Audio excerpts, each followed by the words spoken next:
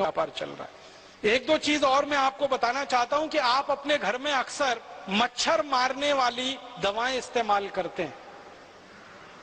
अलग अलग नामों से बाजार में बिकती हैं। कोई जो है लिक्विड फॉर्म में आती है, आप उसको लगा देते हैं। कोई तो टिकिया के फॉर्म में आती है, आप उसको इस्तेमाल करते हैं। कोई तो कॉइल के फॉर्म में आती है, आप उसको इस्तेमाल करते हैं। कॉइल के रूप में मच्छर मारने वाली कोई भी दवा इस्तेमाल करें, टिकिया के रूप में इस्तेमाल करें या लिक्विड के रूप में इस्तेमाल करें, उनमें जो इस्तेमाल होने वाला केमिकल है वो डी एथिलीन है, वो मेल्फोक्विन है और वो फॉस्फीन है। ये तीन खतरनाक केमिकल हैं जो इस्तेमाल होते हैं और ये तीनों केमिकल यूरोप और अमेरिका के 56 देशों में बंद है और 20 साल से बंद है। हम हमारे घर में छोटे छोटे बच्चों के ऊपर वो लगा के छोड़ देते हैं। मैंने कई घरों में देखा 2 महीने के 3 महीने के छोटे छोटे बच्चे सो रहे हैं और उनके नजदीक में वो कॉइल जल रहा है जिसका धुआं नाक के रास्ते से बच्चे के फेफड़े में उतर रहा है।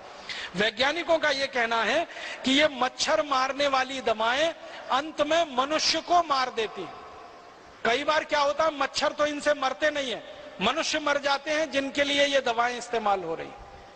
और ज्यादातर इन दवाओं का व्यापार, डी एथिलीन का व्यापार, फॉस्फीन का व्यापार हिंदुस्तान में विदेशी कंपनियों के कंट्रोल में है और वो अंधाधुंध केमिकल इंपोर्ट करके लाके बेच रहे हैं और भारत की कुछ स्वदेशी कंपनियां भी बनाकर उनको बेच रही हैं। तो आप जरा सोचिए, आपकी सुरक्षा के लिए, आत्मरक्षा के लिए आप कम से कम ये चीजें इस्तेमाल करना बंद करिए।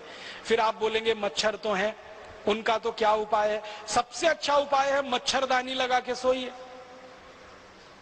स्वदेशी है, सस्ती है, क्वालिटी में अच्छी है, सारे देश में उत्तर से दक्षिण पूरब से पश्चिम मिलती है और कोई साइड इफेक्ट नहीं है, कोई एक्सपायरी डेट नहीं है।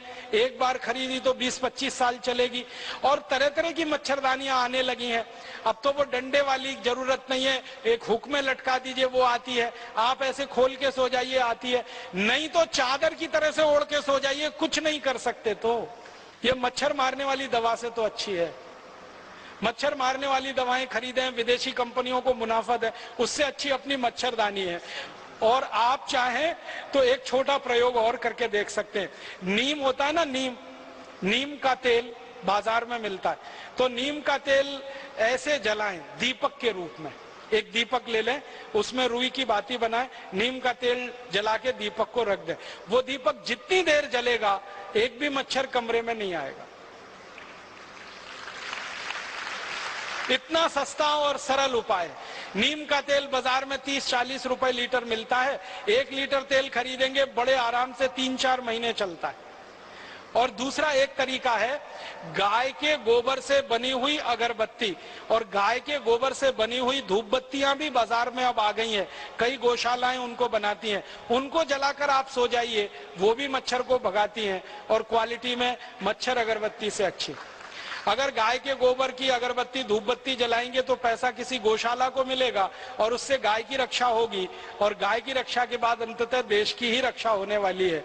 और अगर आप मच्छर अगरबत्ती खरीदेंगे तो पैसा किसी विदेशी कंपनी के पास जाएगा और उस पैसे से आपका भी नुकसान, देश का भी नुकसान हो जाए।